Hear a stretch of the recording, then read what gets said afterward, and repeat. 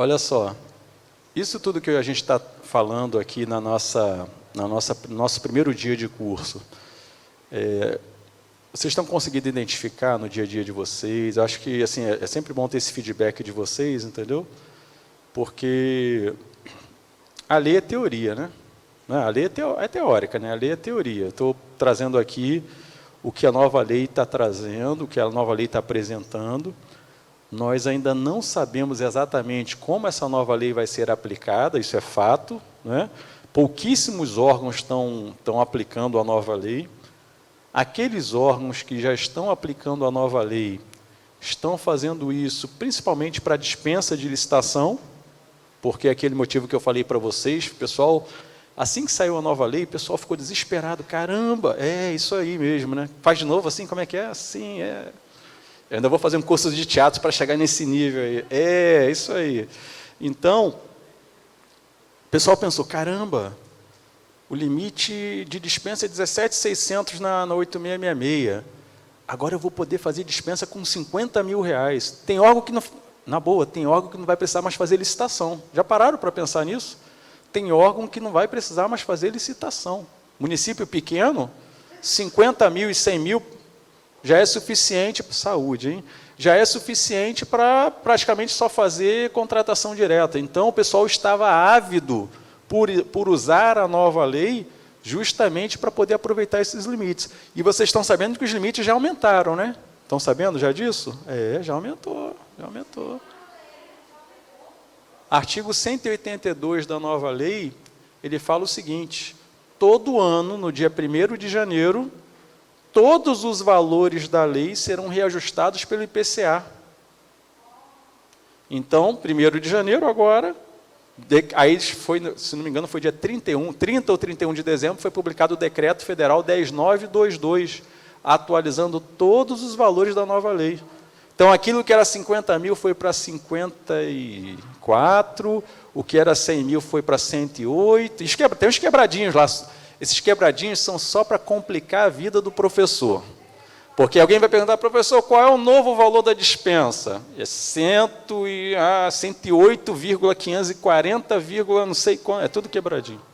Decreto Federal 10.922, 10.922, 2021.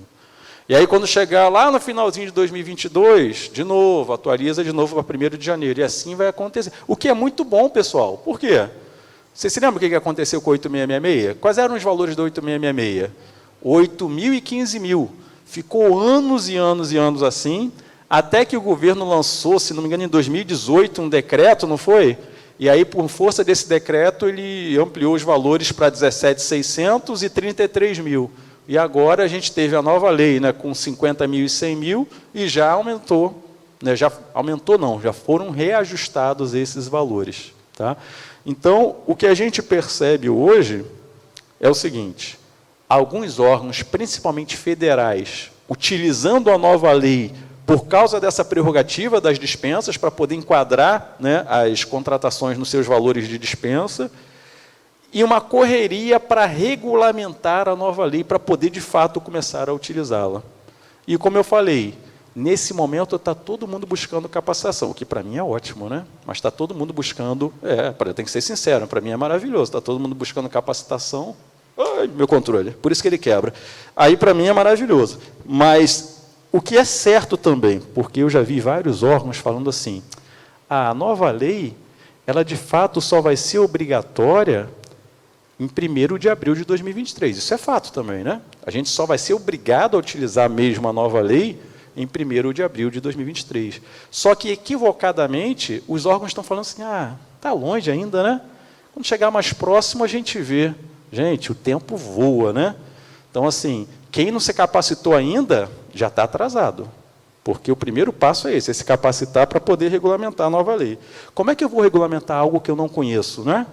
Então, primeira coisa, capacitar, para depois regulamentar, e aí começar aos poucos a utilizar. E é naquele formato que eu falei para vocês, vai aos pouquinhos, vai sem pressa, tá?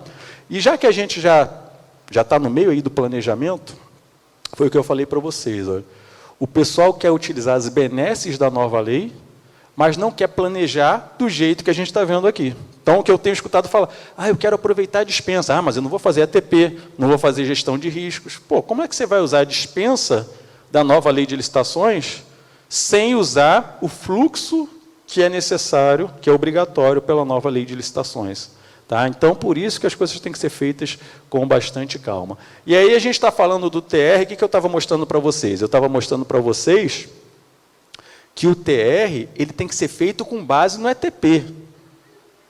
E, infelizmente, ainda hoje, existem órgãos que já têm o TR pronto e falam, mas o meu jurídico, o meu controle interno exigiu o ETP. Aí sabe o que os caras fazem? Pega esse, não tem um modelinho para vocês aí de ETP? Aí o cara monta aquilo ali, né? Só para dizer que tem no processo, porque o TR já está pronto. Não é isso que se espera do planejamento de uma contratação. O que a gente espera é que seja seguido certinho esse fluxo do processo. E aí eu acabei de mostrar, olha, do jeito que está escrito na nova lei, esses 4 primeiros campos aqui, eles são copiados integralmente do ETP, por isso que o ETP subsidia a elaboração do TR. E aí eu vou acrescentando mais coisas, como eu falei antes da luz piscar. Modelo de execução do objeto, todo o detalhamento de como vai ser a atuação do gestor e do fiscal do contrato. Aqui no Ministério Público, vocês têm essas 2 figuras para cada contrato ou uma figura só? Como é que funciona? Vocês têm os 2, fiscal e gestor de contratos? Vocês sabem dizer? São os 2, né? Está igual lá no TCE também assim. O fiscal, geralmente, é alguém da unidade requisitante. Então, vou dar um exemplo. Contratação desse curso aqui, imagino eu, não sei como é que foi feito isso. O cerimonial ou é pessoal de gestão de... Eu não sei como é que é o cerimonial, ou é capacitação? Quem é? Oi? O centro de estudos. Ele é a unidade requisitante. Né? Então, se fosse lá no TCE, alguém do centro de estudos seria o fiscal dessa contratação. Né? Para saber o quê? Para saber se o curso está sendo feito da forma que foi contratado, se a carga horária está cumprida, para ver a questão da qualidade do curso, isso é função do fiscal. Se tem algum problema, né, o fiscal tenta resolver com a empresa, ou com, no caso aqui, pessoa física, o fiscal tenta resolver. Fiscal não conseguiu resolver, não pode deixar por aí, ele tem que alçar isso para cima. Né? Então, geralmente, ele leva isso para um coordenador de fiscalização, que é o gestor com seu conhecimento administrativo vai propor alguma medida ao ordenador de despesas. É assim que funciona lá onde eu trabalho, lá no TCE, seguindo mais ou menos o rito da IN 05. Mas, onde é que está escrito isso? Não é na lei. Não é na lei. Isso vai estar escrito no regulamento, aquele que eu mostrei para vocês, né? Que é a função do agente de contratação, fiscal, gestor. Então, é necessário fazer um regulamento para dizer como essas pessoas vão atuar. Isso vai entrar aqui no modelo de gestão do contrato. Além disso, eu tenho que colocar no TR critérios de medição e de pagamento, ou seja, a empresa está executando o objeto. Como é que eu vou medir para saber se o objeto está sendo executado da forma correta? Como é que eu vou pagar? Isso tem que aparecer no TR. Formas e critérios de seleção do fornecedor. Quem está escrevendo o TR tem que dizer, é um bem ou serviço comum? Porque se for bem ou serviço comum, a modalidade vai ser pregão. Mas essa pessoa que está escrevendo pode dizer, não, olha, isso não é comum, isso é um serviço especial. Então, quem vai construir o edital já vai olhar, opa, então não pode ser pregão. Pensem no seguinte, algumas informações importantes sobre o TR. Vamos pensar em quem está fazendo... Quem é que faz o TR aqui no Ministério Público? Quem é que escreve o TR? O requisitante. Inclusive, é isso que está na IN 05. Pela IN 05, a equipe de planejamento faz o ETP, a equipe de planejamento faz o mapa de riscos, entrega esses 2 documentos para a unidade requisitante, e a unidade requisitante é que escreve o TR. Isso é o que está na IN 05. O que está escrito na nova lei? Nada. Porque isso não tem que aparecer na norma geral, concordam? Isso aí é a operacionalização de cada órgão. Então, aqui no Ministério Público, quando vocês regulamentarem, vocês, no regulamento, vão dizer, dentro da realidade do Ministério Público, quem vai fazer isso, quem vai fazer aquilo outro. Por isso que é muito importante a gente entender O que tem na norma geral e onde a gente tem autonomia para regulamentar. Tá? Então, geralmente é assim que funciona. Quem faz o TR é a unidade requisitante. Então, se essa unidade requisitante está fazendo TR, o que ela tem que pensar na hora que ele descreve o TR? Esse TR é o elemento que vai conter a caracterização do objeto. E é esse documento que as empresas vão ler para saber o que o órgão público quer que seja executado. E depois o fiscal do contrato vai fiscalizar a execução com base em quê? No que foi escrito onde? No termo de referência. Olha como é que é importante esse termo de referência. Aí eu costumo dizer o seguinte, quando eu faço um termo de referência, eu faço esse termo de referência e depois que ele está pronto, eu leio sob duas óticas. Primeiro, a ótica da administração. Qual é a ótica da administração? Será que tudo que eu escrevi no TR é suficiente e tem os parâmetros de qualidade necessários para atender a minha necessidade? Essa é a lógica de quem está escrevendo o TR. Porque eu não posso esquecer que tudo que eu estou fazendo na contratação é para suprir a minha necessidade. Não a minha, Eduardo, a minha Ministério Público. Não é? Li sob essa ótica. Aí eu li, pô, está perfeito. Agora, eu olho o TR sob outra ótica, a ótica das empresas. Eu me coloco do lado de uma empresa. Se eu fosse uma empresa para participar dessa licitação, será que esse TR me dá todas as informações necessárias para eu executar o objeto e precificar esse objeto? É assim que eu leio o TR. Né? Então, eu olho sempre sob esses dois lados. E aí tem um ponto também que é importante, que essa experiência eu tive lá no TCE, que é o seguinte, esse termo de referência ele está dentro de um processo administrativo, não é um processo administrativo que foi aberto para contratação. E depois que está tudo pronto, o termo de referência, a pesquisa de preços, isso vai para o setor de licitações, porque o setor de licitações vai fazer o edital, não é isso? Como é que o setor de licitações faz o edital? Tem modelos, certamente tem modelos, não é? Lá no TCE a gente criou alguns modelos, no Poder Executivo do Estado tem os modelos da PGE, no Governo Federal tem os modelos da AGU, então, pô, é um trabalho que parece ser fácil, né? É só eu pegar um modelo e enxertar as informações nesse modelo. Só que para eu, no setor de licitações, eu pegar o modelo certo, eu pego as informações de onde? Do TR. Olha a importância do TR também internamente. Então, se o TR não vier dizendo se o serviço é comum, se o bem é comum, se é especial, eu não vou saber nem qual é a modalidade licitatória que eu vou fazer o edital. Perceberam? Então, algumas informações que vêm dentro do TR são uma comunicação interna entre setor requisitante e setor de licitações. Perceberam isso? Enxergaram? Tá? Então, quando chegou para mim, lá na comunicação social do TCE, um pedido, um TR para comprar máquina fotográfica, na hora de eu fazer o edital, eu não sabia qual critério de julgamento que eu ia colocar, se era por item ou por preço global. Por quê? Porque isso não veio no TR, tinha que vir no TR. Então, é sempre importante quem constrói o TR ter em mente essas informações. Então, para fechar aqui, além disso, né, forma e critérios de seleção do fornecedor, estimativa do preço da contratação e a adequação orçamentária. Eu só posso licitar se eu tiver recursos orçamentários para fazer face àquela despesa que será gerada. O artigo 40, parágrafo 1º, ele fala especificamente da elaboração do TR para compras. Ele coloca lá, olha, o TR deve conter a especificação do produto, preferencialmente conforme catálogo eletrônico de padronização. Catálogo eletrônico de padronização é algo que surgiu no RDC, tá? Já existe no RDC.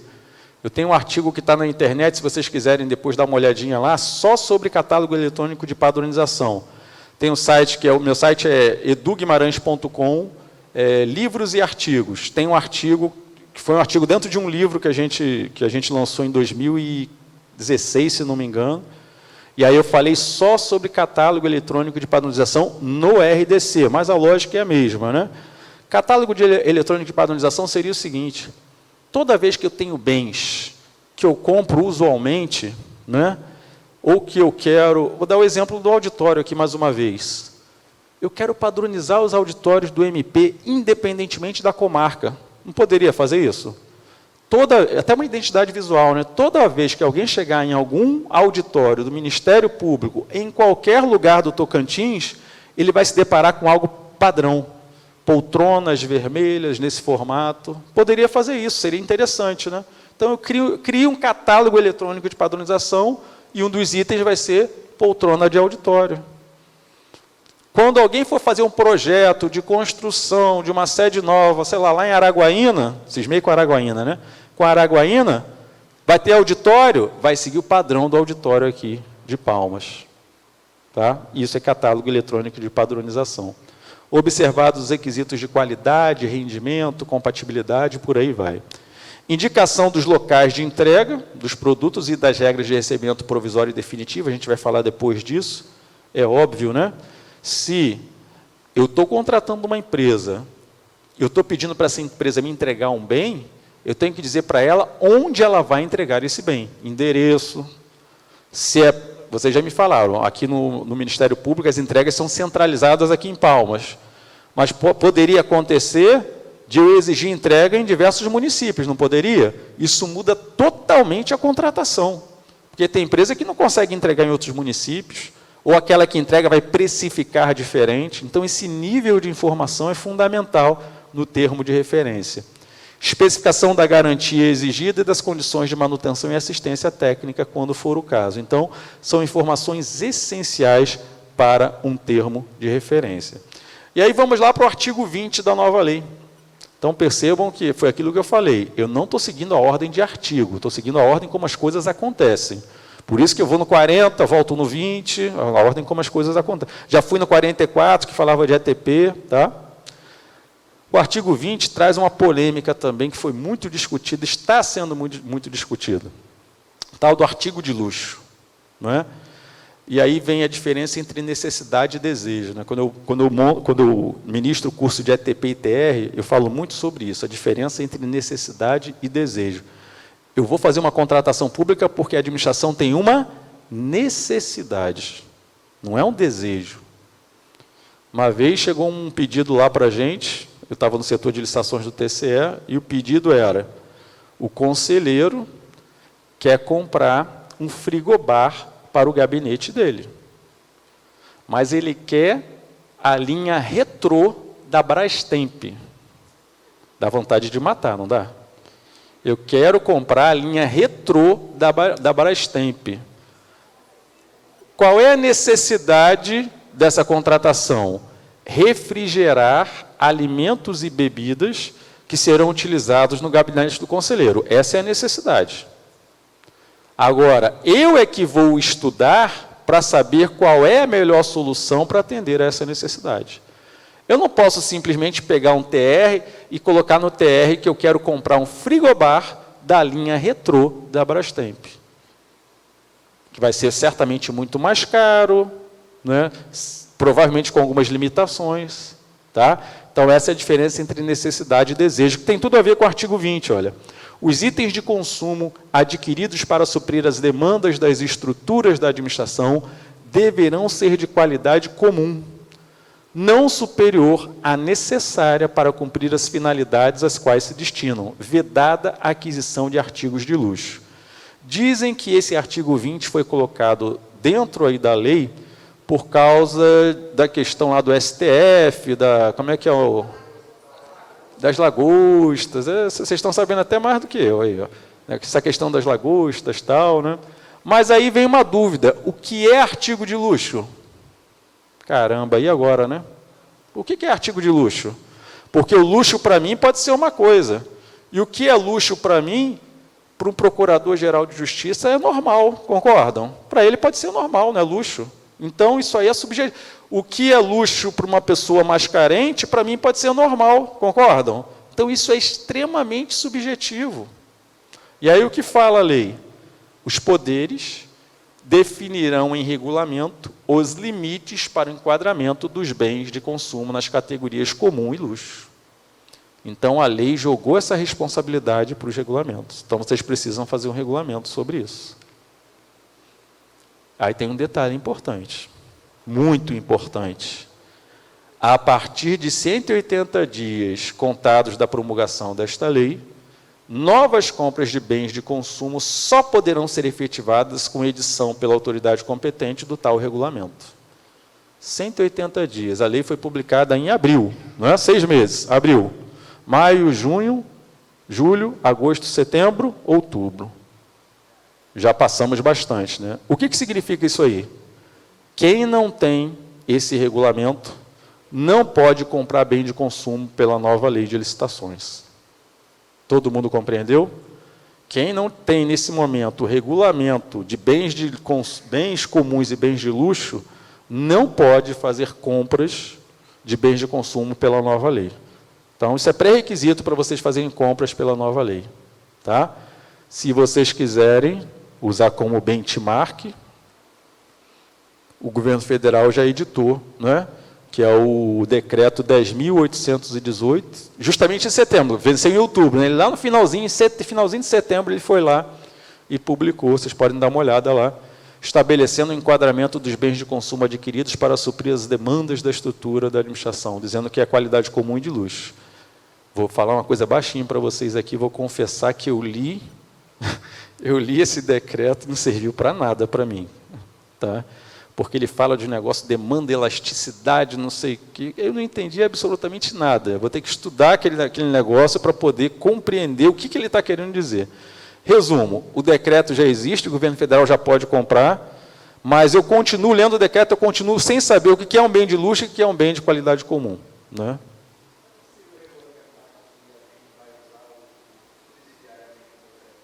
Sim, sim. Do federal, pode. Inclusive, isso está na lei. Tá?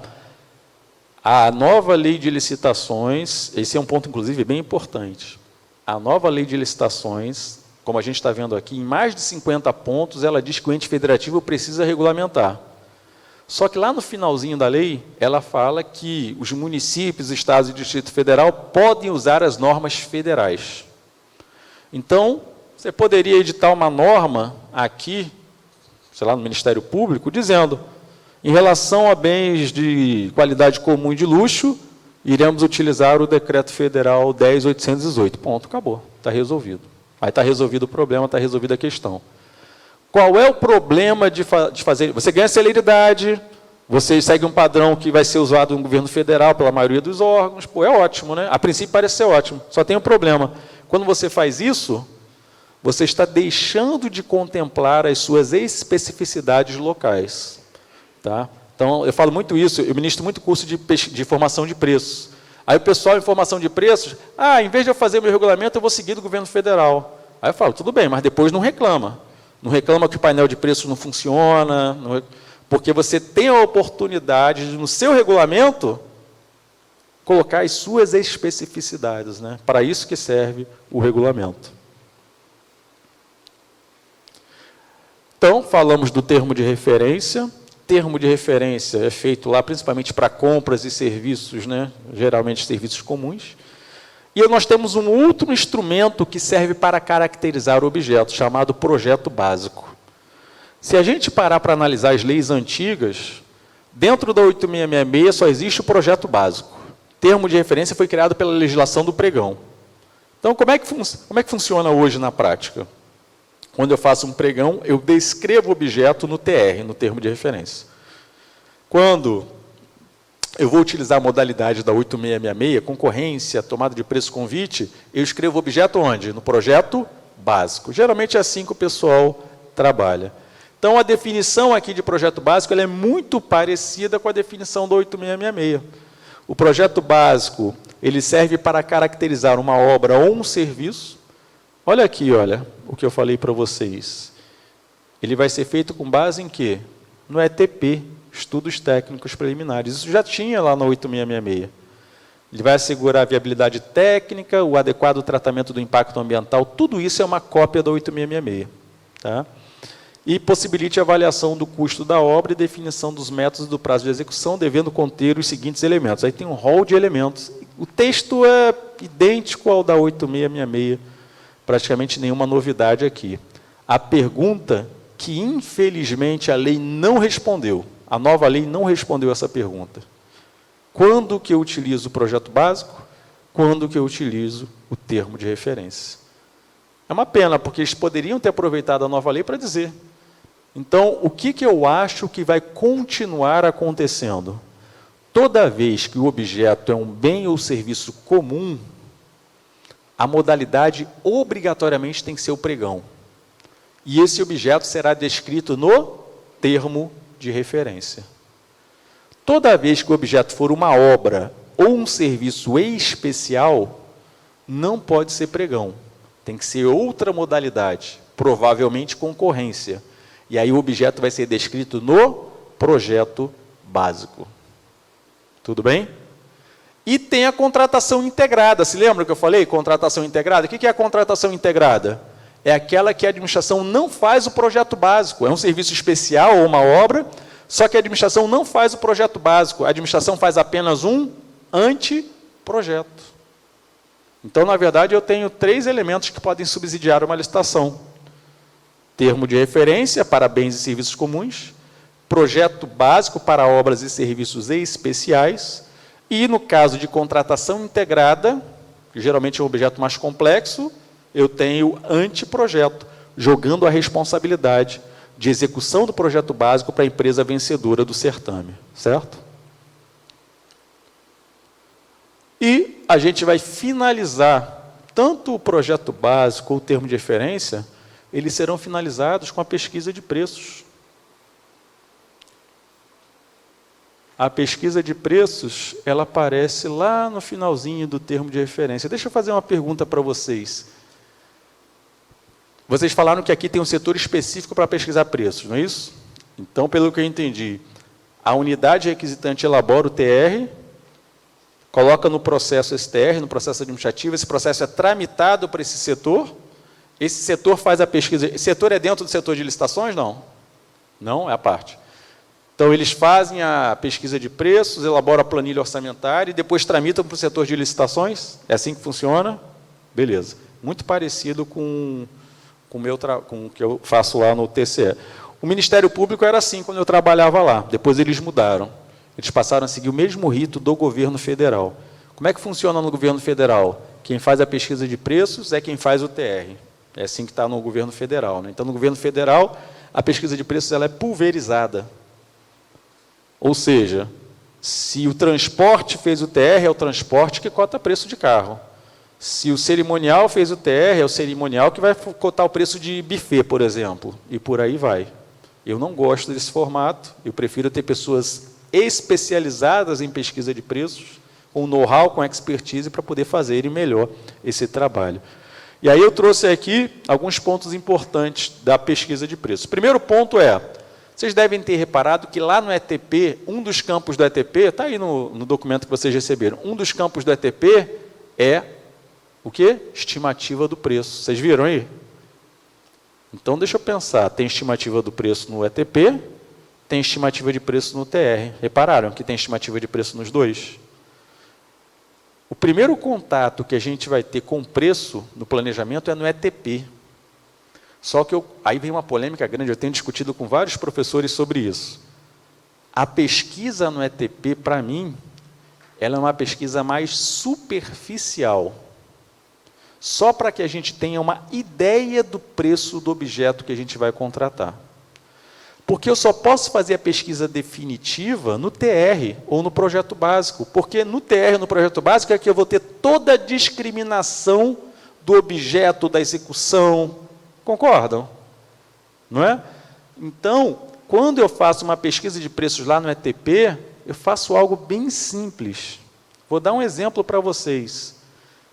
Meu ETP lá de transporte, quando eu fui ver preço de carro, para compra de carro, eu fui na tabela FIPE. Tabela FIPE, ó, primeiro a gente definiu mais ou menos o tipo de carro, fomos na tabela FIPE e pegamos a média de 3 modelos. Pronto. Não preciso de uma pesquisa aprofundada. Meu preço de locação de veículo, a gente pegou 2, 3 contratos e fizemos uma média. Contratos da administração. Então, uma coisa bem rápida, só para a gente ter uma ideia do preço. Já no TR, não. Aí no TR, eu vou mostrar para vocês que a pesquisa tem que ser mais aprofundada, a gente tem que fazer algo mais complexo. Tá? E esse entendimento que eu estou passando para vocês, não é só meu, não. Tem várias pessoas que falam disso. Aí eu trouxe esse texto aqui do livro que foi coordenado pelo professor Joel de Menezes Niebu, um livro lançado pela Zenit, tá? 2020, ou seja, ainda era em cima do projeto de lei, né? E ele fala exatamente o que eu penso. Ele coloca assim, ó, diante de toda essa confusão, propõe-se a seguinte interpretação: faz-se um orçamento preliminar no ETP, orçamento mais simples, sem pesquisa aprofundada de mercado, é o que ele diz lá. Depois, como uma das atividades necessárias para a elaboração do térreo do projeto básico, definida a especificação do objeto a ser licitado, aí sim, eu vou fazer o orçamento definitivo e mais rigoroso. Tá? Então, eu sigo à risca esse entendimento colocado no livro lá da Zenit, né? E é isso que eu faço na minha prática. Vou dar outro exemplo. No meu ETP de almoxarifado, que eu falei para vocês, a gente tinha que achar o preço da terceirização, não é? Eu não fiz pesquisa nenhuma. Eu fui na CCT, Convenção Coletiva de Trabalho, peguei o piso da categoria, multipliquei por 3 e pronto. Multipliquei pelo número de profissionais. Por que 3? Porque nos meus contratos todos, a empresa cobra em torno de 3 vezes o salário do profissional para colocar o profissional à disposição do órgão público. É isso. Ou seja, algo muito mais simples, muito mais rápido, para a gente ter uma ideia do preço da contratação. E aí, onde é que entra a lei nova na pesquisa de preço? A lei nova faz uma coisa que nenhuma outra lei faz. 8666 não fala nada sobre pesquisa de preços. Lei do pregão também não fala nada. Como essa RDC também não. E aí, um dos pontos críticos que nós temos na pesquisa de preços é justamente esse. A lei não fala nada. Quando a lei não fala nada, o gestor público fica perdido, ele não sabe como é que faz. E aí começam a entrar os órgãos fiscalizadores orientando. E aí o governo federal, só em 2014, fez uma norma, IN 05 de 14, dizendo como fazer pesquisa de preços. Depois ele atualizou em 2020, né, IN 73. E agora, finalmente, na nova lei, nós temos parâmetros de pesquisa de preços. Artigo 23. Então, o artigo 23, ele coloca lá: o valor previamente estimado da contratação deverá ser compatível com os valores praticados pelo mercado. Eu sempre falo o seguinte, olha, a estimativa de preços de uma contratação é a tentativa de a administração encontrar o preço de mercado daquele objeto que ela pretende contratar. Se eu quero contratar locação de veículos, o que é a estimativa de preço? É um esforço que eu vou fazer no planejamento para tentar encontrar o preço médio praticado no mercado para a locação daquele veículo que vai atender a minha necessidade. Isso é a estimativa de preço. Considerados preços públicos, preços disponibilizados para todos, quantidades, por causa da economia de escala. Então, quando eu vou fazer pesquisa de preço, eu sempre falo isso, olha, eu vou fazer pesquisa de preço para comprar resma de papel A4. Eu preciso de 6 mil resmas lá no TCE. Aí eu vou buscar preços de outros contratos com a administração pública. Achei um contrato lá do Rio de Janeiro, do Tribunal de Justiça. Eles compraram 200 mil resmas. Posso utilizar esse preço? Não. Porque como a quantidade dele foi muito maior do que a minha, o efeito da economia de escala provavelmente jogou o preço dele para baixo. Se eu uso o preço dele, eu estou dando um tiro no meu pé. Estou jogando um preço muito baixo. Então, eu tenho que procurar pesquisar preços com quantidades parecidas. Então, isso está bem claro aqui na nova lei. E outro ponto, local de execução do objeto. Eu não posso pesquisar preço, eu não posso chegar aqui e ligar para o setor aqui de vocês, de licitações, e falar, pô, vocês compraram papel A4 recentemente? Qual foi o preço que vocês pagaram na resma? E usar esse preço lá no Rio de Janeiro. Surreal isso, né? Eu não posso entrar no painel de preços e pegar um preço aqui do Tocantins se eu vou comprar lá para o Rio de Janeiro. Por quê? Condições comerciais diferentes, alíquotas tributárias diferentes, custos logísticos diferentes. Então, eu tenho que procurar preço do meu local de execução. Então, isso não tinha escrito em lugar nenhum, agora nós temos, artigo 23 da nova lei. E aí a nova lei, no que tange a pesquisa de preços, ela separou em 2 parágrafos. Parágrafo 1º, para compras e serviços em geral. Parágrafo 2º, para obras e serviços de engenharia. Então, Parágrafo 1º, vamos ver aqui, olha. Para bens e contratação de serviços em geral, conforme regulamento. Por que que a lei está falando conforme regulamento? Porque a lei, ela não diz como vocês vão operacionalizar. Ela não diz quais os cálculos que vocês vão fazer. Vocês não, o setor lá específico, né? Ela não diz quantos preços vocês têm que pegar. A lei nova, ela só fala onde vocês vão pegar esses preços, que são os parâmetros de pesquisa. Depois ela não fala mais nada. Por isso que é necessário o regulamento, porque o regulamento é onde vocês vão dizer a operacionalização para chegar no preço estimado. Então, a ideia é encontrar o preço estimado com base no melhor preço, não é o menor, é o melhor preço, aferido por meio da utilização dos seguintes parâmetros, que podem ser utilizados de forma combinada ou não. Então, quais são os parâmetros que nós temos? O primeiro parâmetro é o PNCP. Se todo mundo no Brasil inteiro vai jogar suas contratações no mesmo portal, a gente vai ter um imenso banco de dados de preços. Então, qual é o primeiro lugar que eu vou pesquisar? No PNCP. Então, dentro do PNCP, nós teremos uma funcionalidade de pesquisa de preços, para poder coletar preço de outras contratações públicas. Esse é o primeiro parâmetro. Segundo parâmetro, contratações de outros órgãos. Eu posso entrar em portais de outros órgãos públicos para pegar preços. Terceiro parâmetro, pesquisa na internet. Eu posso pesquisar preço na tabela FIPE, mídia especializada, tabela FIPE, revista ABC Pharma.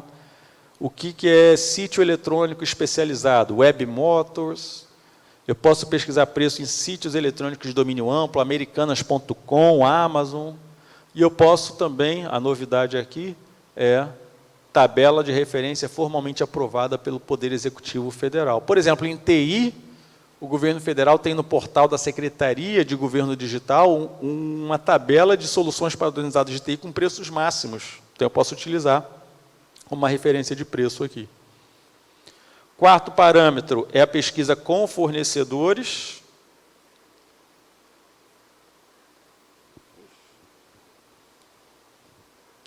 Pesquisa com fornecedores, e aí a novidade é que, se vocês forem pesquisar preço com fornecedores, tem que consultar pelo menos 3 fornecedores e justificar o porquê desses fornecedores.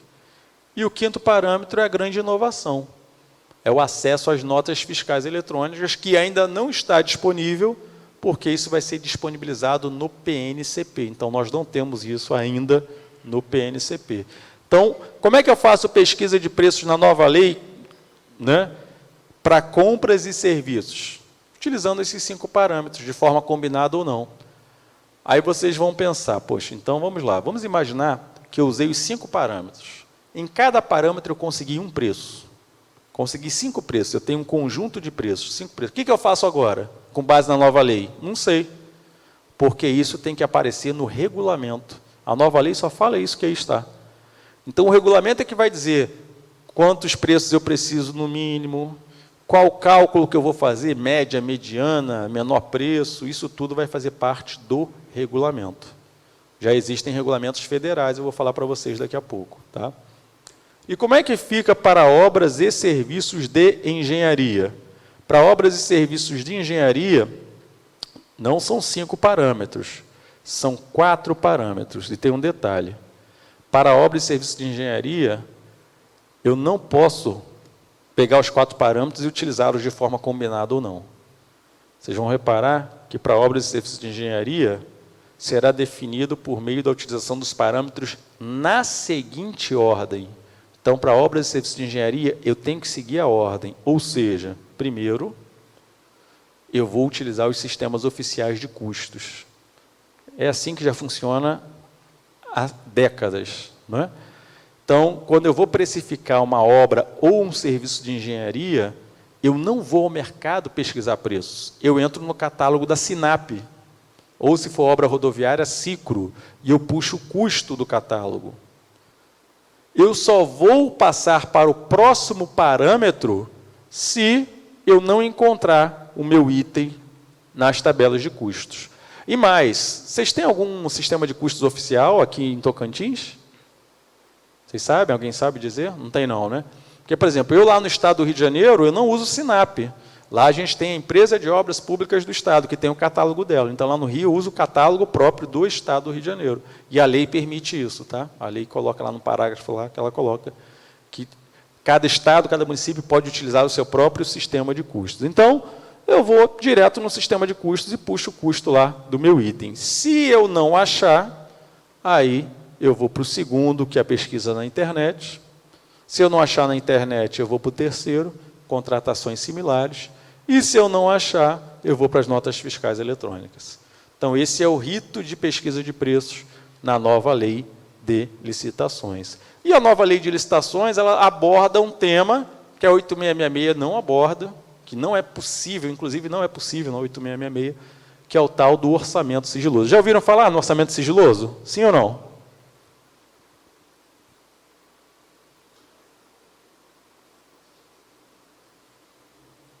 Pessoal, toda contratação pública tem orçamento estimativo, tá?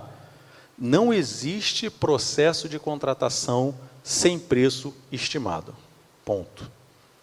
A questão é, em algumas situações, a administração pública não tem apresentado esse preço estimado junto com o edital. Isso é o que a gente chama de orçamento sigiloso. Então, o que é o orçamento sigiloso? É quando aquele preço que foi estimado na fase de planejamento, ele gerou uma planilha orçamentária. Só que eu não divulgo esse preço no edital. Qual é o objetivo disso? Alguém sabe dizer? Qual é o objetivo de não divulgar o preço? Vamos pensar num pregão? Se eu lanço um pregão e no edital eu falo que eu estou disposto a pagar até R$100 mil, que é o meu preço máximo aceitável, qual vai ser a proposta inicial que as empresas vão dar na licitação? R$100 mil. Todo mundo concordou? Até aquela empresa que consegue executar por 70 mil, ela não é boba nem nada. Se quem vai comprar de mim está dizendo que está disposto a pagar 100 mil, eu vou chegar com uma proposta de 100 mil. Se eu tiver uma ampla competitividade, é provável que eu chegue nos meus 70. Mas se a competitividade for pouca, for reduzida, de repente eu vou ganhar benzão, né? 90, uma margem de lucro muito grande. Todo mundo entendeu? Isso é o que os doutrinadores chamam de efeito âncora. Por que efeito âncora? Porque quando a administração ela divulga o preço estimado dela, ela ancora todos os preços das propostas iniciais no mesmo ponto. Podem perceber, toda vez que eu divulgo no pregão, todos os preços vão chegar próximos do preço que foi estimado. Quando eu não divulgo o preço estimado, o que acontece? O licitante ele fica sem parâmetro para dar a sua proposta inicial. Então, qual é o parâmetro que ele utiliza para dar a proposta inicial? O preço dele. Se eu consigo fazer por 70 mil, eu vou colocar uma gordurinha aqui de 30%. Aí ele coloca um plus lá para a proposta inicial para poder brigar na disputa. Perceberam o que acontece? Tá? Então, isso é o sigilo do orçamento. O sigilo do orçamento não existe na 8666, porque a 8666 ela dispõe que a planilha orçamentária é um anexo obrigatório dos editais. Então, se vocês fizerem licitação, concorrência, tomada de preços, convite pela 8666, sempre o preço vai ser divulgado. Como é que funciona no pregão? Como é que tem funcionado no pregão? No pregão, o TCU tem decidido que é facultativo. Isso, inclusive, está no decreto 10.024, de 2019. Então, no pregão, em âmbito federal, o gestor público ele escolhe se ele vai apresentar o preço ou não. No RDC e na lei das estatais, não tem escolha. O sigilo do orçamento é obrigatório. Então, se vocês fizerem licitação no RDC, ou se vocês olharem edital de alguma estatal, vocês não encontrarão o preço, porque o sigilo é obrigatório. Aí vem a pergunta, como é que ficou isso na nova lei de licitações? Na nova lei de licitações, a regra é a divulgação do preço. Porém, se vocês optarem por fazer o sigilo do orçamento, vocês podem, desde que isso seja justificado. Tá? Então, nova lei. Desde que justificado, o orçamento estimado da contratação poderá ter caráter sigiloso. E, nesse caso, o sigilo não prevalecerá para os órgãos de controle. Esse outro dispositivo aqui foi vetado. Tá? Deixei aqui, mas foi vetado. Tá? Todo mundo entendeu? Então a regra é, licitação na nova lei, a princípio normal, divulga o preço. Em alguns casos, se eu quiser, eu justifico e não apresento o orçamento. Falei para você, eita, isso aqui está terrível, eu vou ter que dar um jeito nesse controle aqui. Falei para vocês que o governo federal já regulamentou a pesquisa de preços na nova lei. Como é que está funcionando hoje? Para quem utiliza as leis antigas, 8666, 10520, RDC, quem vai fazer orçamento de compras e serviços em geral, no governo federal, vai seguir a IN 73 de 2020. E obras e serviços de engenharia, o decreto federal 7983 de 2013. Mas, como eu falei, o governo federal já está correndo com seus regulamentos. Ele já regulamentou a pesquisa de preços para a nova lei. Então, para a nova lei, já temos a Instrução Normativa 65 de 2021, que é para compras e serviços, e a Instrução Normativa 72, que é para obras e serviços de engenharia. Tá? O pessoal tá fazendo muita confusão, porque o governo lançou recentemente essa IN 65, e o pessoal acha que a IN 65 revogou a IN 73. Não revogou. A IN 73 vai continuar valendo até quando? Até 31 de março de 2023. Porque quem usar a lei antiga vai fazer pesquisa de preços aqui. Todo mundo acompanhou? Podemos seguir? Podemos? Quem quiser se aprofundar em pesquisa de preços, tem um e-book que a gente lançou em fevereiro do ano passado, está disponível lá na internet também, livros e artigos lá no site que eu falei, só fazer o download do e-book em PDF, tá?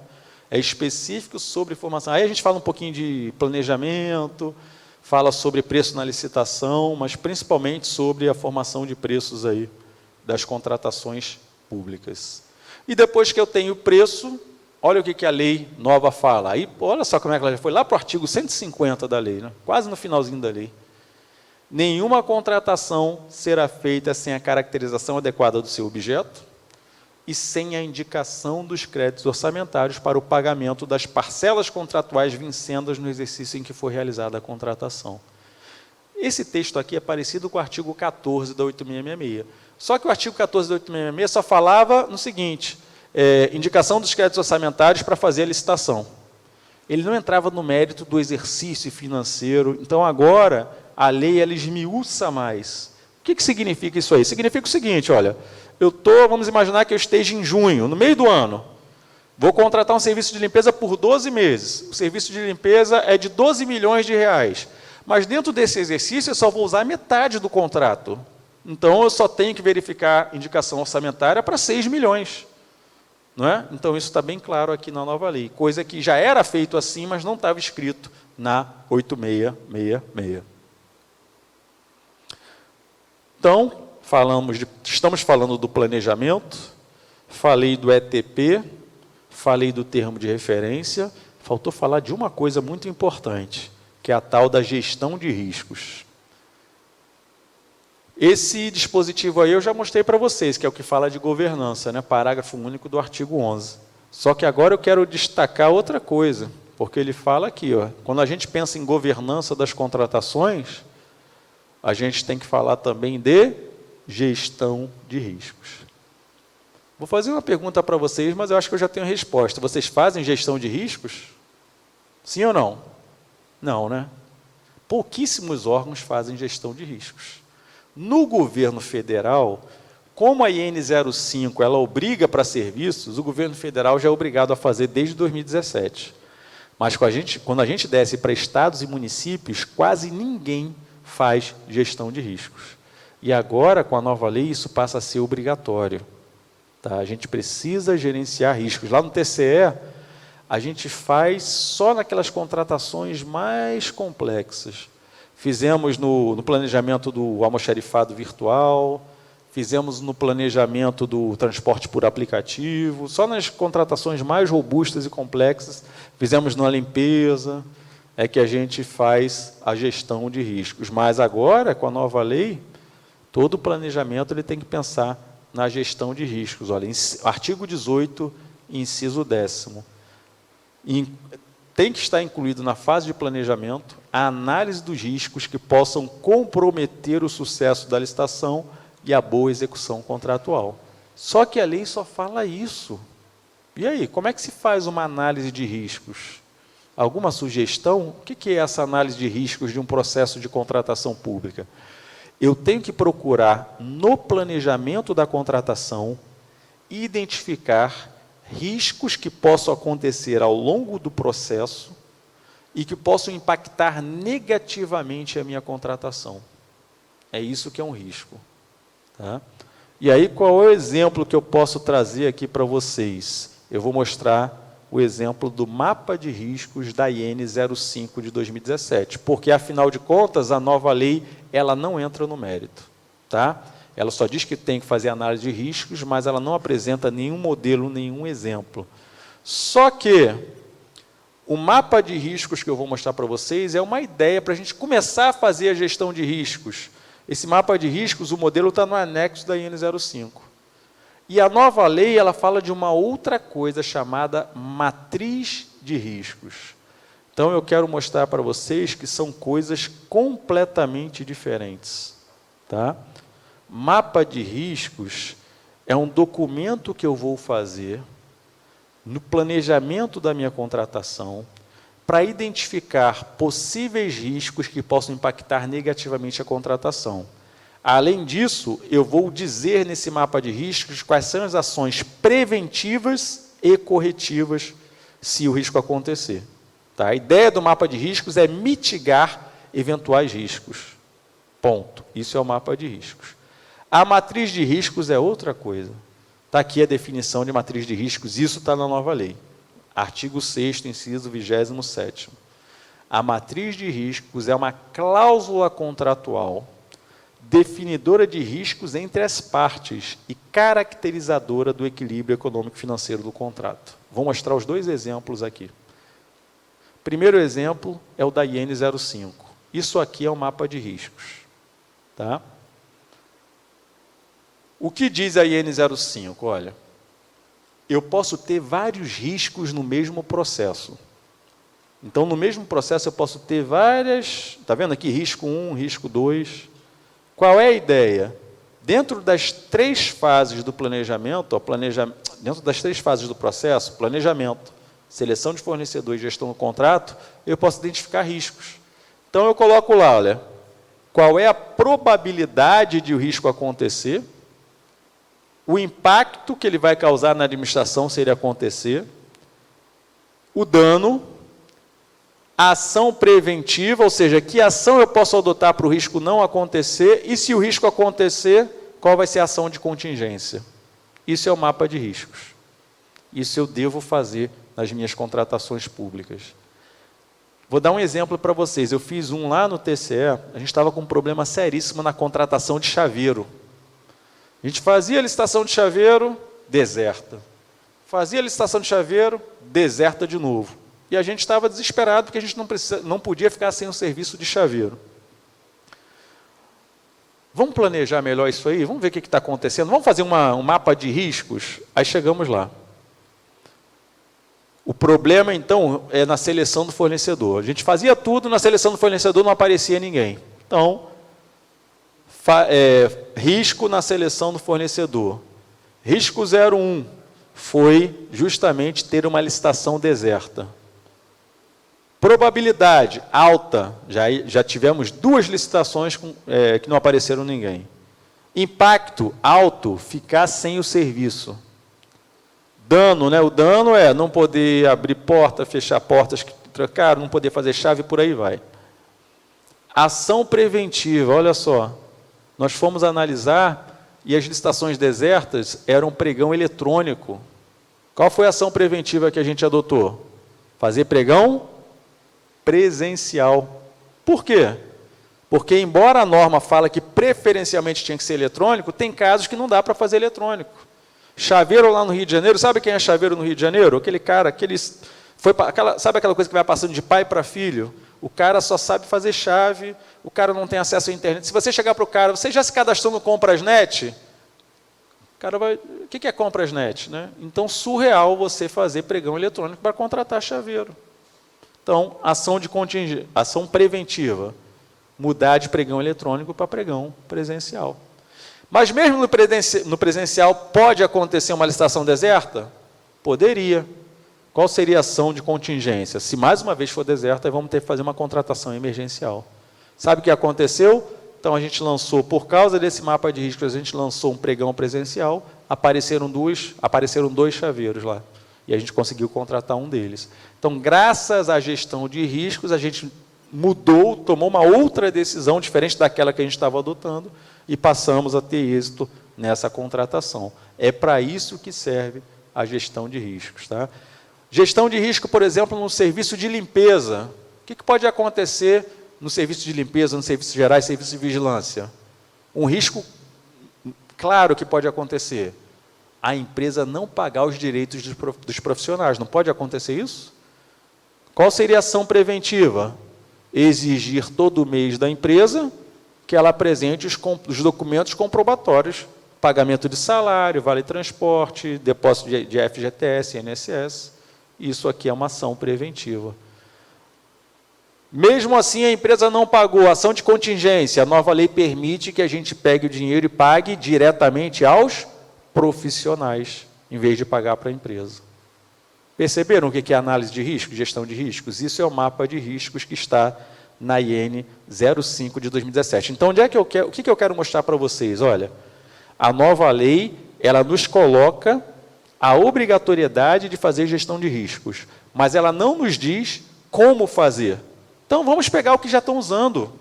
Se já estão usando esse mapa de riscos aí, está dando certo, vamos pegar o que já dá certo, é de fácil aplicação e vamos utilizar. É isso. Isso está no anexo da IN 05. Então, esse é o mapa de riscos. Agora, a gente vai falar um pouquinho dessa matriz de riscos aqui. Já mostrei esse dispositivo. Matriz de riscos já é outra coisa. Matriz de riscos tem a ver com o equilíbrio econômico-financeiro do contrato. Confesso para vocês que eu nunca trabalhei com matriz de riscos. Ela não é comum em contratações usuais. Geralmente, sabe quando se usa matriz de riscos? Na contratação integrada. Quando eu jogo a responsabilidade para a empresa fazer o projeto básico. Por que é importante fazer isso? Porque a empresa pode fazer um projeto básico meia boca e depois querer pedir para a administração pública, não, olha só, mas o projeto básico eu tenho que mudar isso, tenho que mudar aquilo, mas não foi você que fez o projeto básico, então eu jogo a responsabilidade para a empresa. Se acontecer algum daqueles itens, ela não tem direito a pedir reequilíbrio. Basicamente, isso é a matriz de riscos. Então, o que eu vou colocar na matriz de riscos? Olha, listagem de possíveis eventos que aconteçam pós assinatura do contrato e que podem impactar o equilíbrio econômico-financeiro. E a previsão de eventual necessidade de formalização do termo aditivo. Aí eu vou colocar situações... Ai, droga, isso aqui está demais, hein? Situações em que haverá liberdade para a empresa inovar, ou seja, tem situações aí. Então, geralmente, isso aqui são em contratações integradas, onde a empresa pode inovar, ou semi-integradas, onde a empresa pode inovar, apresentar uma metodologia diferente, né? E situações em que a empresa não pode inovar, ela não tem liberdade para inovar. Tudo isso tem que aparecer na matriz de riscos. Mas, vamos sair da teoria e vamos para a prática? Como eu nunca fiz uma matriz de riscos, né, nada se cria, tudo se copia, eu peguei essa matriz de riscos da apresentação do governo federal. O governo federal, assim que foi publicada a nova lei, eles fizeram uma apresentação, está lá, quem quiser ver, está lá no portal do governo federal, tem um webinário lá bem extenso, com a apresentação da nova lei, e eles deixaram os slides lá. Então, eu peguei do slide lá da SEGE, Secretaria de Gestão. Vamos pegar esse caso aqui de baixo. Fica mais claro da gente entender o que é uma matriz de riscos. Matriz de riscos é o seguinte, estou contratando uma obra. Tá? Estou contratando uma obra. Essa obra, por exemplo, tem escavação. Tem escavação na obra. No projeto básico, seja ele feito pela administração, seja ele feito pela empresa, alguém fez uma estimativa de quantos metros cúbicos de terra vai ser necessário escavar. Tudo bem? Descrição. Então, tipo do risco, risco geológico. Descrição. Risco de haver acréscimo nos volumes de escavação dos túneis. Necessidade de tratamentos especiais com maior consumo de aço ou concreto, ou ainda mudança na técnica de construção prevista. São riscos que podem acontecer numa escavação. Materialização. Como é que isso se materializa na prática? Um atraso no cronograma, ou seja, essa mudança pode gerar um atraso na execução e pode aumentar o custo da obra. Não pode aumentar o custo da obra? Pode. Como é que eu vou mitigar esse risco? Fazendo uma contratação integrada, ou seja, jogando essa responsabilidade para a empresa, projeto básico, remunerando esse risco ou exigindo um seguro de risco. Tá? São medidas para tentar mitigar esse risco. E para quem que eu vou alocar esse risco? Para a empresa contratada e, se for o caso, para a seguradora. O que significa isso? Significa o seguinte: se eu fiz uma matriz de riscos e aloquei esse risco para a empresa contratada, se na hora de a empresa contratada executar, se no projeto está escrito que ela tem que escavar 300 metros cúbicos de terra e ela tiver que escavar na prática 400 metros cúbicos, ela não pode pedir um aditivo para a administração, porque esse risco foi alocado para quem? Para ela. Ela tem que assumir essa despesa. Todo mundo entendeu? Então, isso é matriz de riscos. Então, uma coisa é o que eu mostrei para vocês da IN05. O mapa de riscos para gerenciar o risco da minha contratação. É isso que vocês precisam fazer. Outra coisa é que essa matriz de riscos, ela é basicamente para contratações muito mais complexas e geralmente utilizada para contratação integrada. Inclusive, na nova lei, diz que para contratação integrada e semi-integrada é obrigatória a utilização de matriz de riscos. O que eu já falei aqui para vocês? Isso aí é chato pra caramba para fazer, concordam? Chatinho isso aí. Se a lei só obriga isso aí para contratação integrada e semi-integrada, isso só vai acontecer em raríssimos casos. Não é? Então, é bom vocês saberem que existe a matriz de riscos e que é diferente da gestão de riscos do processo, do mapa de riscos, e que vai ser obrigatoriamente utilizada nas contratações integrada e semi-integrada. Então, olha só, planejamento da licitação, da contratação, ETP, termo de referência, gestão de riscos. Um ponto importante, se vocês olharem quem já faz isso, que é o governo federal pela IN05, na IN05 tem uma ordem. Na IN05 faz-se o ETP, depois faz-se o mapa de riscos e só depois se faz o TR. É essa ordem que eu gosto de seguir também, embora a lei nova não coloca nenhuma ordem, não coloca, ela fala do ETP primeiro, TR depois, mas ela não diz em que momento você faz a gestão de riscos. Tá? Eu, particularmente, eu gosto de fazer a gestão de riscos como está na IN05, depois do ETP. Por que isso? Porque pode acontecer de a solução que se mostrou mais vantajosa no ETP, ela pode se mostrar com risco inaceitável. Concordam? E aí, então, eu não vou levar essa solução para o TR. Se tem um risco, falei para vocês no meu almoxarifado virtual, o ETP mostrou que o almoxarifado virtual era mais vantajoso. Mas na hora que nós fizemos o mapa de riscos, os riscos muito altos e a nossa administração entendeu serem inaceitáveis naquele momento. Então, não adianta fazer um TR de algo que a gente não vai contratar. Até hoje, a gente não contratou. A gente poderia ter optado pela solução serviço demo de almoxarifado, mas a administração preferiu não contratar. Não quis se expor, porque tinha um ETP falando que era melhor a solução B, o risco mostrou que o mapa de riscos mostrou que aquela solução tinha um risco muito alto, e a administração falou, então não vamos contratar isso agora não, daqui a pouco a gente revê isso. Então, o processo ficou parado lá. Tá? E agora nós chegamos no edital. Então, olha, já temos ETP, mapa de riscos e termo de referência. Agora a gente já pode fazer o edital da licitação. O que fala a nova lei? O edital deverá conter o objeto, as regras relativas à convocação dos interessados, as regras para o julgamento, os documentos de habilitação, os recursos administrativos, as penalidades, como é que vai se dar a fiscalização e a gestão do contrato, ou seja, tudo isso vai constar no edital. Sempre que o objeto permitir, a administração adotará minutas padronizadas, tanto de edital quanto de contrato. Isso também não tinha escrito em lugar nenhum, mas a gente já vem utilizando isso há algum tempo. Né? Como eu falei, governo federal, Poder Executivo Federal, obrigatoriamente tem que usar as minutas da AGU. Vocês já viram a minuta da AGU? Alguém já viu aqui? Já tiveram a oportunidade de ler? Quem ainda não leu, faço um convite aqui para baixarem lá algumas minutas. Por que eu estou falando isso? As minutas da AGU são verdadeiras apostilas didáticas, porque a AGU ela faz a minuta e em cada tópico da minuta ela coloca notas explicativas, com toda a fundamentação legal, a explicação. Então, assim, vale muito. Quem trabalha com licitações e contratos, vai lá na AGU. E não é só minuta de edital, não. Tem minuta de TR, tem checklist, minuta de contrato, minuta de edital, tem muita minuta lá. Vale muito a pena pegar para ler. Quando eu ministro lá o curso de TR, eu sempre apresento uma minuta da AGU para o pessoal ver, né, como é consistente a minuta da AGU.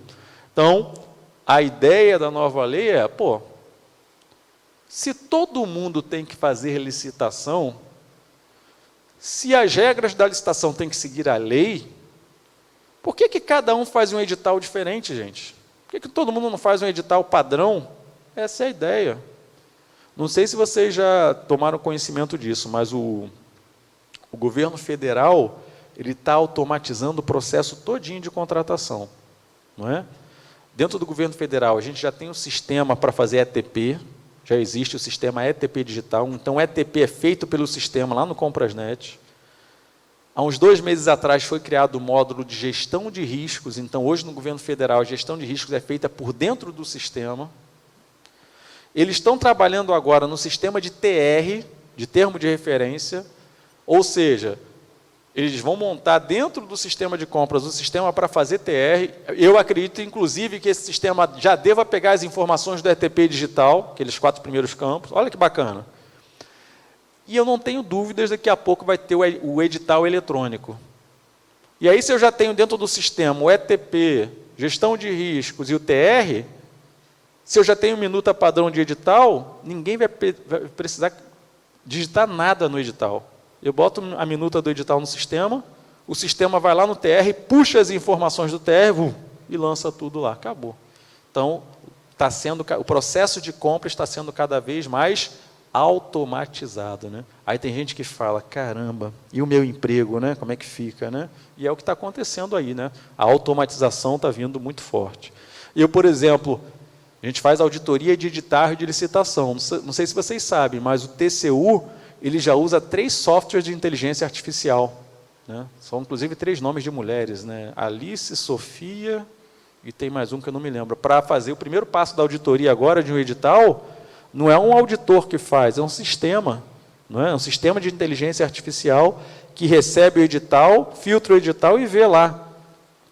Faz uma comparação com a lei e vê, isso aqui é um possível ponto de auditoria, isso aqui é outro possível ponto. Já entrega de mão beijada para o auditor. Aí o auditor vai entrar lá para raciocinar em cima daqueles pontos. Então, as coisas estão bem avançadas nesse quesito. Outro ponto importante aí da elaboração do edital. Eu costumo dizer o seguinte, olha, o edital ele tem que conter as regras da disputa. Ele é um instrumento, tanto que o nome dele é instrumento convocatório. O edital é um instrumento que a administração vai utilizar para convocar os potenciais licitantes a participarem do meu certame. Então, ele é um instrumento que eu utilizo para convocar as empresas. Não é? Não só empresas, como pessoas físicas. Né? Saiu na semana passada uma instrução, eu não me lembro o número, está saindo tanta coisa, e no final do ano eu estava de férias e está saindo uma opção de coisa, eu estou só acompanhando, mas não gravei os números ainda. Na semana passada saiu uma instrução normativa específica para pessoas físicas participarem de licitação. Então, quem quiser está lá, só puxar nas instruções normativas do governo federal, saiu na semana passada. Mas voltando aqui, o edital é um instrumento que eu vou dizer as regras da disputa, as regras para convocar os interessados para que eles possam disputar. Geralmente, a gente faz um edital bem sucinto, bem resumido, e esse edital é cheio de anexos. Qual é o primeiro anexo do edital, geralmente? Termo de referência ou projeto básico, contendo a discriminação do objeto. Depois, planilha orçamentária, contendo o preço estimado. Minuta do contrato, que é um anexo obrigatório. Então, o edital, geralmente, ele vem mais enxuto, contendo as regras da disputa licitatória, e ele vai ser repleto de anexos. Anexo com discriminação do objeto, anexo com preço, anexo com regras contratuais. Geralmente é assim que a gente faz. E aí tem algumas regrinhas colocadas aí na nova lei, olha. Desde que, conforme demonstrado no ETP, não sejam causados prejuízos à competitividade do processo licitatório e eficiência do contrato, esse edital poderá prever a utilização de mão de obra, materiais, tecnologias e matérias-primas existentes no local de execução, conservação e operação do bem, serviço ou obra. Isso aqui é o seguinte, isso aqui é uma grande preocupação que os municípios têm. Lá no Rio de Janeiro, vou dar o exemplo do estado do Rio de Janeiro, que eu conheço um pouco melhor. No estado do Rio de Janeiro, até 2019, apenas 1/3 dos municípios faziam pregão eletrônico. Ou seja, 2/3 60 municípios, vamos arredondar para 90 municípios, 60 municípios só faziam pregão presencial, mesmo sabendo que os normativos falavam o que os normativos? Que preferencialmente o pregão tem que ser eletrônico. Aí quando a gente questiona os municípios, todos eles respondem a mesma coisa. Qual é a resposta? Se eu fizer pregão eletrônico, as empresas do meu município vão perder. Porque quando eu faço pregão eletrônico, virão empresas grandes de fora. E aquelas empresas sediadas no meu município, que vivem de venda para a prefeitura, vão perder os contratos, vão falir, e o município vai por água abaixo. Essa é a grande justificativa que os municípios utilizam para não adotar a forma eletrônica. Só que agora a gente tem um problema. Problema? Não sei se é problema, né? Mas, seguindo essa lógica dos municípios, quando eles começarem a usar a nova lei fala o quê? Todas as licitações, independentemente da modalidade licitatória, deverão ser feitas na forma eletrônica. Então, não tem mais esse papo, município, eu sinto muito, você vai ter que fazer pregão eletrônico, concorrência eletrônica, concurso eletrônico. Aí o município vai falar, pô, mas como é que vão ficar as minhas empresas aqui? Aí, então, o legislador falou, ó, vamos começar a colocar algumas prerrogativas para que, mesmo nas licitações eletrônicas, a gente possa exigir utilização do mercado local. Todo mundo entendeu isso? Então, isso não vem do nada, isso tem sua razão de ser. Além disso, tem o tratamento favorecido e diferenciado para as pequenas empresas locais em detrimento das empresas de fora. Não sei se vocês utilizam aqui, mas isso já existe lá na Lei Complementar 123. Tá? Então, são prerrogativas que podem ser colocadas no edital da licitação para incentivar o mercado local.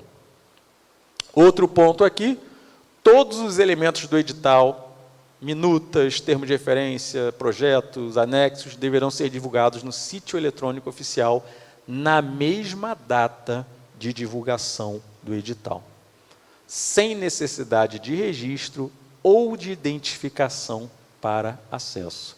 E a gente já sabe que essa divulgação vai ser feita onde? Qual é o sítio eletrônico oficial? PNCP. Hoje, ainda tem município que faz o seguinte, publica só o resumo do edital no site. Não é? Coloca só o resumo do edital no site. Com a nova lei, não. Ele vai ter que colocar o edital na íntegra, todos os anexos do edital, planilha orçamentária, termo de referência, minuta do contrato, tudo tem que ser disponibilizado lá no site, no mesmo dia em que ele faz a divulgação do edital. E mais, lá no Rio é muito comum, aqui eu não sei como funciona, mas lá no Rio os municípios fazem o seguinte, você quer ver o edital? Tem que se cadastrar. Ou seja, em vez de o cara facilitar o acesso ao edital, ele dificulta. Eu tenho que me cadastrar, criar um login, uma senha, só para fazer um download do edital de uma coisa que é pública? Então, a lei, acabou isso. Ninguém precisa se registrar para fazer download de edital. Qualquer cidadão pode entrar no sítio oficial e fazer aí o download do edital e dos seus anexos. Então, isso tem tudo a ver com transparência, seguindo a lei de acesso à informação. Parágrafo 4º, ele coloca lá, olha, nas contratações de obras, serviços e fornecimentos de grande vulto, aí vem a pergunta, o que é uma contratação de grande vulto? Aí a lei fala, são as contratações com valores superiores a 200 milhões de reais. Só que o que eu falei para vocês agora há pouco?